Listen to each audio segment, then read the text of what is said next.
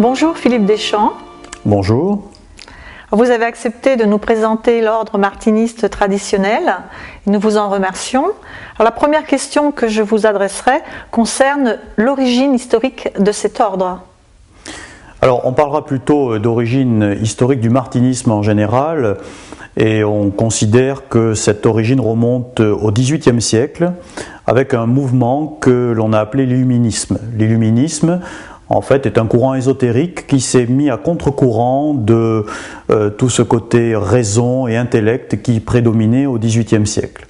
Et parmi les grands noms de ce courant illuministe, eh bien on peut citer Martinez de Pasquali, Louis-Claude de Saint-Martin, Jean-Baptiste Willermoz, Eckartshausen par exemple, qui tous ont essayé d'expliquer que c'est en l'homme qu'on pouvait trouver des réponses et pas simplement dans le côté mental de l'individu. Alors, si vous le voulez bien, arrêtons-nous quelques instants sur Martinez de Pasquali qui joue un rôle particulier.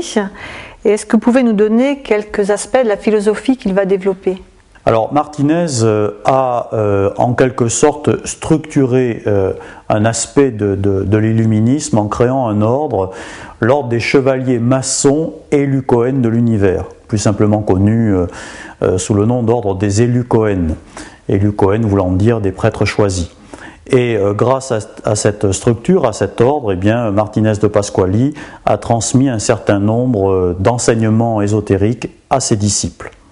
Alors la disparition de Martinez de Pasquali en 1774 va laisser l'ordre des élus Cohen dans le désarroi et ce sont plusieurs de ses disciples qui vont poursuivre l'œuvre commencée. Alors effectivement, à la mort de Pasquali, l'ordre des élus Cohen rentre en sommeil et deux des principaux disciples de Pasquali, à savoir Jean-Baptiste Willermoz et Louis-Claude de Saint-Martin, vont, chacun à leur manière, poursuivre l'œuvre de leur maître. Donc d'une part, Jean-Baptiste Willermoz, à travers la SOT, c'est-à-dire la stricte observance templière, et en créant les chevaliers bienfaisants de la Cité Sainte, va adapter la philosophie de son maître d'une certaine manière, à travers les mouvements maçons en particulier.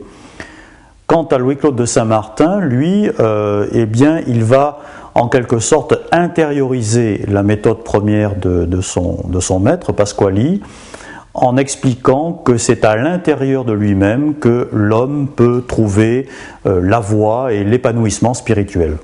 Alors c'est, je crois, une expression qui existe, qui s'appelle la voie cardiaque. De quoi s'agit-il ? Alors effectivement, la démarche qui a été préconisée par Saint-Martin, eh bien cette ascèse intérieure, c'est ce qui a fait dire souvent que le martinisme était une voie cardiaque, dans la mesure où Saint-Martin lui-même a été influencé par les écrits d'un grand philosophe allemand, le philosophe Jacob Böhme. Et d'ailleurs, Saint-Martin disait que, je le cite, « La véritable initiation ne peut se produire que dans le cœur de l'homme, et cette initiation n'a besoin que d'un seul intermédiaire, le Christ. » Et, disait-il, cette initiation permet au Christ de pénétrer dans le cœur de l'homme, et à l'homme de pénétrer dans le cœur du Christ. Et c'est en cela que l'on a pu dire que le martinisme était une voie cardiaque. Alors Louis-Claude de Saint-Martin meurt en 1803. Est-ce qu'il a des successeurs ? Alors, Saint-Martin, il est important de le spécifier, n'a pas créé d'ordre structuré en tant que tel. Il a écrit de nombreux ouvrages sous le pseudonyme de philosophe inconnu et il a transmis une initiation, disons, à titre individuel. Alors, il y a eu des successeurs de Saint-Martin tout au long du XIXe siècle. Et à la fin du XIXe siècle, exactement en 1888, deux personnes, l'une le docteur Gérard Ancos, plus connu sous le nom de Papus, et l'autre, Augustin Chabozeau, eh bien, sont en quelque sorte les dépositaires de l'initiation originelle transmise par Saint-Martin. Et tous deux, donc, Augustin Chabozeau et Papus, décident de créer un ordre structuré, constitué, ordre auquel ils vont donner le nom d'ordre martiniste. Et donc en 1891, un conseil suprême est constitué, Papus devient le premier grand maître et cet ordre va commencer à se développer à travers l'Europe et dans pas mal de pays du monde. Alors, est-ce là l'ordre martiniste traditionnel que nous connaissons aujourd'hui, puise-t-il ses racines Alors pour être encore plus précis, Papus donc, et Chaboseau font beaucoup de travail, mais Papus décède en 1916 durant la Première Guerre mondiale en tant qu'il était médecin militaire, donc il décède à cette époque, donc les martinistes ont du mal à survivre, si je puis dire, après la disparition de Papus. Et en 1931, très exactement en juillet 1931, eh bien Augustin Chaboseau, l'un des premiers fondateurs de cet ordre martiniste de 1891, décide, avec quelques survivants du premier suprême conseil, de créer un nouvel ordre auquel il va rajouter le qualificatif de traditionnel.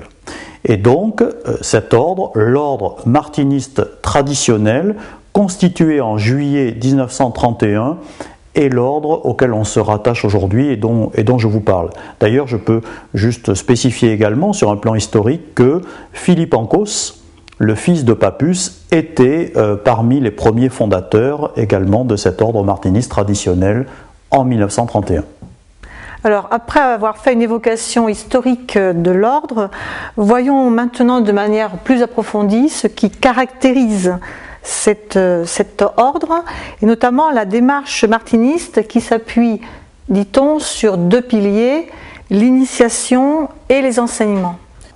Alors effectivement, comme tous les grands ordres traditionnels, l'ordre martiniste traditionnel s'appuie sur ces deux piliers essentiels, à savoir d'une part les enseignements traditionnels et d'autre part l'initiation.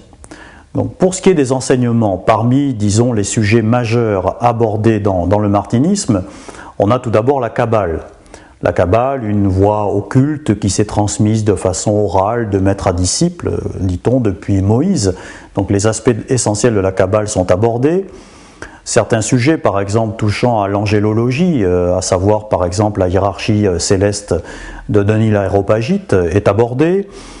L'étude de la nature triple de l'homme, donc la séparation symbolique, la tête, l'abdomen et la poitrine, le corps, l'esprit et l'âme sont abordés dans les enseignements martinistes. Il y a également, on aborde l'étude ésotérique de la Genèse à travers les textes fondamentaux, par exemple dans l'Ancien Testament, mais également les textes fondamentaux du Nouveau Testament, comme l'Évangile de Saint Jean ou l'Apocalypse, sont abordés dans les enseignements martinistes. Les textes apocryphes fondamentaux sont également étudiés.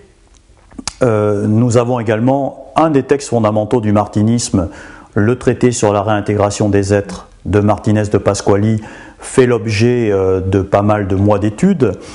Nous avons également certains sujets très ésotériques comme la Sophia ou la sagesse divine sont étudiés dans le martinisme, les grands cycles de l'évolution humaine, le phénomène des rêves sont abordés également.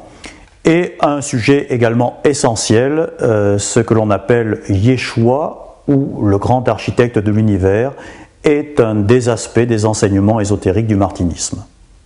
Alors, j'ai entendu dire que les martinistes étudient des livres. Quels sont donc ces livres? Alors, symboliquement, effectivement, il y a deux livres d'études. Le livre de la nature et le livre de l'homme. Livre de la nature, ce sont des livres symboliques, évidemment. Livre de la nature, pourquoi? Parce que la nature nous délivre des signes, et à travers ces signes, on peut mieux comprendre les lois de l'univers, selon la fameuse loi d'analogie ou de correspondance, le fameux axiome hermétique, tout ce qui est en haut est comme ce qui est en bas. Et le livre de l'homme, pourquoi? Parce que c'est en l'homme que l'on peut trouver des réponses aux questions existentielles fondamentales. Et cet enseignement, cette étude est amplifiée, est éclairée par l'aspect initiatique, par les initiations. Et quel est le but de l'initiation? Eh bien, Saint Martin nous disait que un des buts justement de l'initiation est d'annuler la distance qui se trouve entre la lumière et l'homme.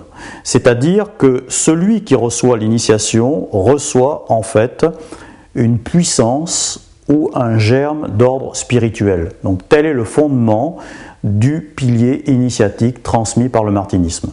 Alors comment décririez-vous les grandes étapes qui caractérisent cette démarche?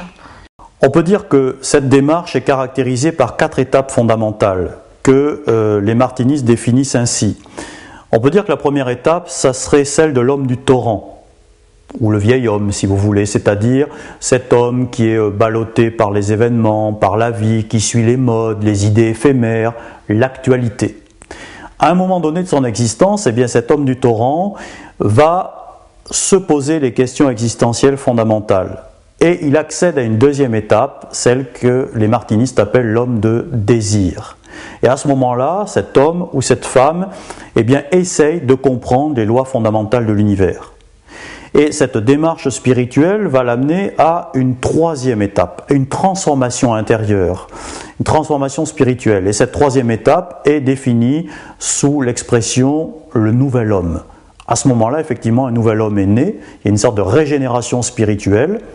Et cette régénération spirituelle, cette connaissance spirituelle, doit ensuite s'appliquer dans le monde profane, autour de soi. Et à ce moment-là, le martiniste accède à l'état d'homme-esprit et il doit justement appliquer son ministère, et c'est ce que l'on appelle le ministère de l'homme-esprit, c'est-à-dire appliquer la connaissance spirituelle acquise. Voilà en gros, rapidement, les 4 étapes proposées par la voie martiniste. Alors, comment peut-on devenir martiniste ?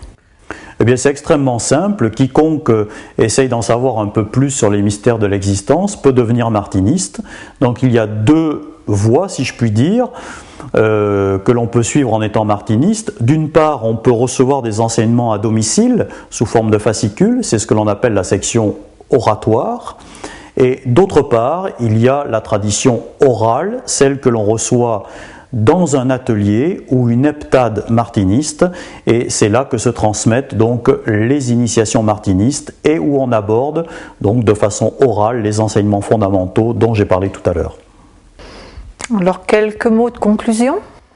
Je crois qu'en conclusion, on pourrait dire que le but du martiniste est une quête mystique, et je crois qu'on pourrait, cela me fait penser à une citation de Saint Martin. L'initiation martiniste a pour but, entre autres, de faire entrer le cœur de Dieu en nous pour y faire un mariage indissoluble. Et disait-il, il n'y a d'autre mystère pour arriver à cette sainte initiation que de nous enfoncer de plus en plus dans les profondeurs de notre être. Et je crois que c'est véritablement là tout le cheminement martiniste. Merci. Merci.